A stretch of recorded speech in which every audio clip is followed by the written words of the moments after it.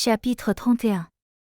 Et à la tête du 7e mois, Jacob parla à tous les gens de sa maison en disant : Purifiez-vous et changez vos vêtements, levons-nous et allons à Bethel, où je lui ai fait le vœu le jour quand je m'enfuis de la face d'Ésaü mon frère.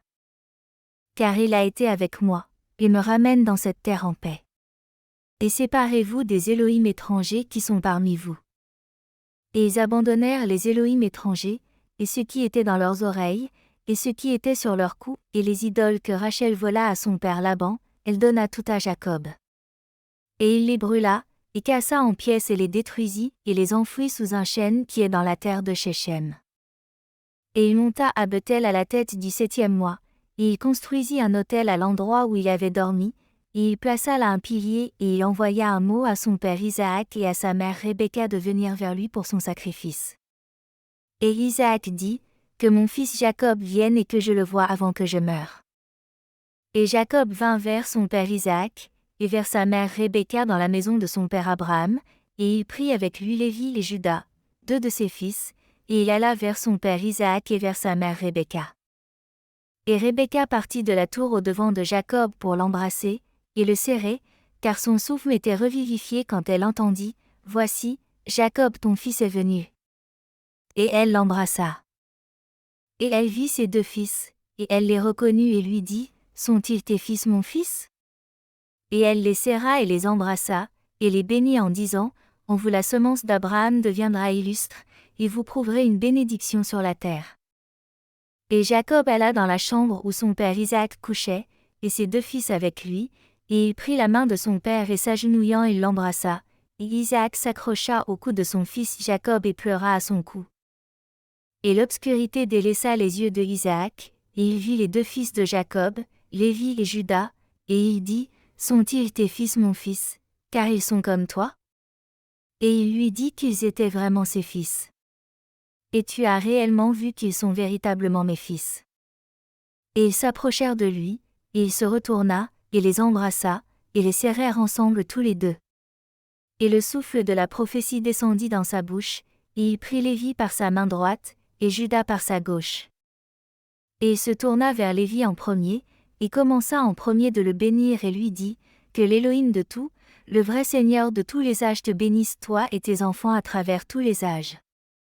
Et que Yahweh te donne à toi, et à ta semence grandeur, et grande gloire, et fasse que parmi toute chair, toi et ta semence s'approchent de lui, et le servent dans son sanctuaire comme les anges de la présence, et comme les saints êtres, comme eux-mêmes.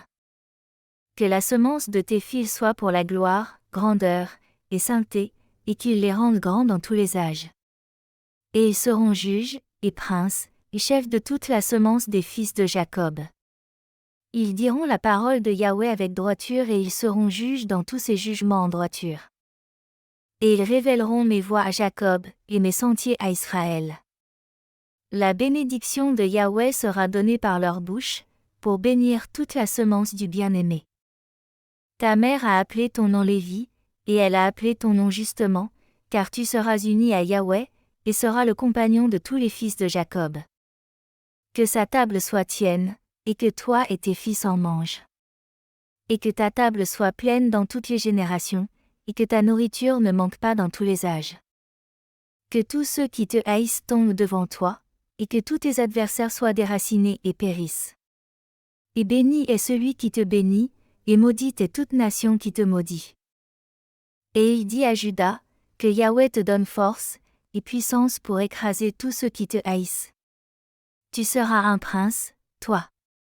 Et un de tes fils, au-dessus des fils de Jacob. Que ton nom, et le nom de tes fils avancent, et traversent toute terre et région.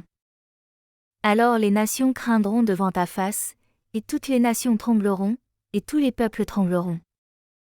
En toi sera l'aide de Jacob, et en toi sera trouvé le salut d'Israël, et tu t'assiéras sur le trône d'honneur de ta justice, et il y aura une grande paix pour toute la semence des fils du bien-aimé. Béni est celui qui te bénit, et tous ceux qui te haïssent, et t'affligent, et te maudissent seront maudits, et seront déracinés, et détruits de la terre. Et se retournant, il l'embrassa encore, et le serra, et se réjouit grandement. Car il avait vu les fils de Jacob son fils véritablement, et il se plaça en avant de ses pieds et tombant il s'agenouilla devant lui, et il les bénit. Et ils se reposèrent là avec Isaac son père cette nuit, et ils mangèrent, et burent avec joie. Et il fit dormir les deux fils de Jacob, l'un à sa main droite et l'autre à sa gauche, et il lui fut compté en justice. Et Jacob dit tout à son père durant la nuit, comment Yahweh lui avait démontré grande miséricorde. Et comment il l'avait fait prospérer dans toutes ses voies, et le protégea de tout mal. Et Isaac bénit l'Élohim de son père Abraham qui n'avait pas retenu sa miséricorde. Et sa justice envers les fils de son serviteur Isaac. Et au matin Jacob dit à son père Isaac le vœu qu'il avait fait à Yahweh, et la vision qu'il avait vue, qu'il avait construit un autel, et que tout était prêt pour faire le sacrifice devant Yahweh comme il avait juré. Et qu'il était venu pour le placer sur un âne.